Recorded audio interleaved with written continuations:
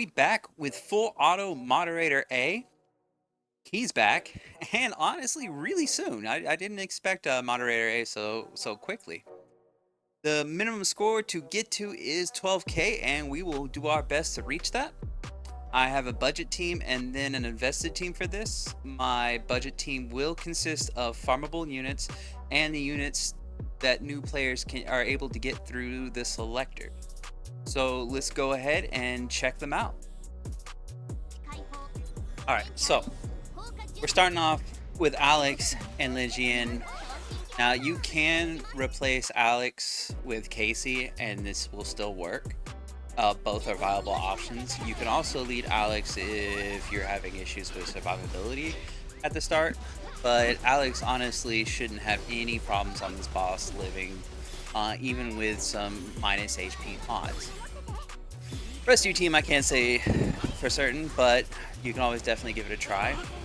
Now, we have Tifu and Tarask for our death breaks out here. We want to try to get as much death break on the boss as possible for the DPS check. Now, unfortunately, Sobin ulting kind of sucks, but there's nothing we can do when we're sitting here playing on full auto about that. It's actually a DPS loss when she ulties, but it is what it is. So Lin Jian dying is actually a-okay because that'll sit there and start cycling your team for the rest of the fight here. You are more than likely going to lose a majority of your team at this laser beam, but it's okay because they all just spawned. We were at 10 DP for actually the longest, so we can sit here and come in. We'll get this last little DPS check to sit there and stun the boss, and then of course with all of our ultis and such, we should be able to sit here and kill the boss relatively quickly. It would be nice if we could have kept some people behind the boss, but laser beams are our worst enemy, honestly. It's not even a boss, it's just this laser beam.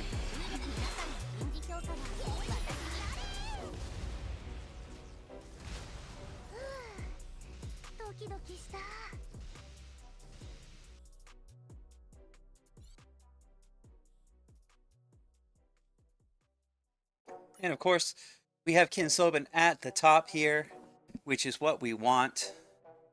She's going to be sitting there doing the most damage, honestly, so go ahead and put your best gear on her for what you can.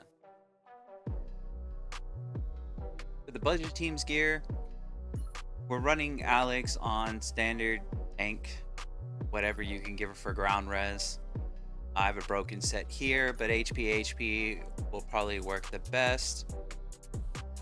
Lin Jian I have on our free-to-play CDR set. More CDR the better on her. For Kim Sobin, I'm just running a bullet set, but everything else is just whatever anti-defender, anti-ground damage that I can fit onto her. Attack speed, anti-defender, both work. Yang I have also on the free-to-play antag set with 67% skill haste.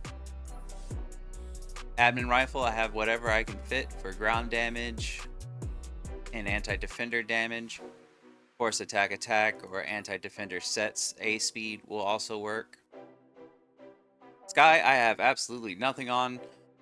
You do not want any skill haste as long as you're not taking skill haste mods, but you could run full tank, you can run full damage. I just have this one piece just to give her a little ground res.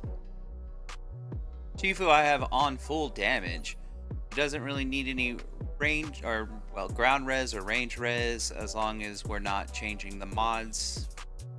If you increase the mods, you may have to sit there and adjust her res. Tarask has absolutely nothing on, but it is a ranger, so it will benefit from having damage gear.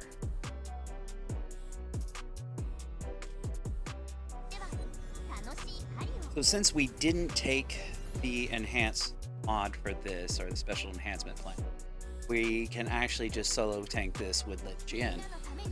On the full CDR tank set, she and Senjia, or Agia, she will actually live until we don't need her anymore. Now, her living all the way through it is okay, but as long as she doesn't die until after 230, realistically 260, but Tarask is there to make sure that, you know, we're safe even if she dies here relatively soon. But as long as she dies there, we don't need her anymore. The boss will sit there and go into his DPS check before he actually completes the little laser beam check. So we don't have to sit there and worry about that. Now, with the proper skill haste, Skye will line up with the S1, giving us surefire for the entire time, and we want Rebecca to ulti after that moment. And then it's just basically finishing off the last little bit before the boss can kill our entire team.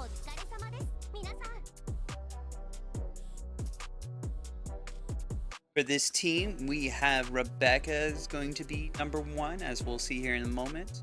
So we obviously want our best gear on her. And unfortunately, Sanjia, where she does have origin buff, or stability buff rather, is not didn't really do very well on a full DPS gear. For the invested team, we have Lin Jian on tank CDR with 72% skill haste. Sinjia we just have on full damage. She doesn't do a crazy lot with what she has, but it's significant to at least put her on some kind of damage. Rebecca I have on A speed anti-defender with 9% skill haste. She does need that little bit of skill haste to get that timing on her ulti. Other than that, you can sit there and run at volcano gear, double attack, anti-defender, as long as you have at least 9% skill haste. Sinjia, your eyes are not deceiving you. This is the free-to-play CDR set. This actually works really well for timing things. We get a significantly well-timed ulti with her special on this set with where she's getting deployed. Skye, we just have on our standard A speed CDR set, or rather A speed skill haste set. Tarask, we actually get to run on full damage because he just doesn't die in this fight, luckily. So just full anti-defender, double attack anti-defender, or double anti-defender sets, or a mix of that will work. Dorothy, I just have on my standard Swift A speed set. I didn't see a purpose in changing her set, though you could sit there and benefit from running anti-defender on her as well. Thanks everyone for watching. I hope this helps you get the minimum score this season. This should be an easier boss to deal with, as most build anti-defender gear for PvP. Remember to like, comment, and subscribe. If you're feeling extra special, you could join the Mage Institute by clicking the join button. You can catch me on Discord, link is in the description. If you want to support this channel, there's a link in the description for that too. As always, I will see you all next time.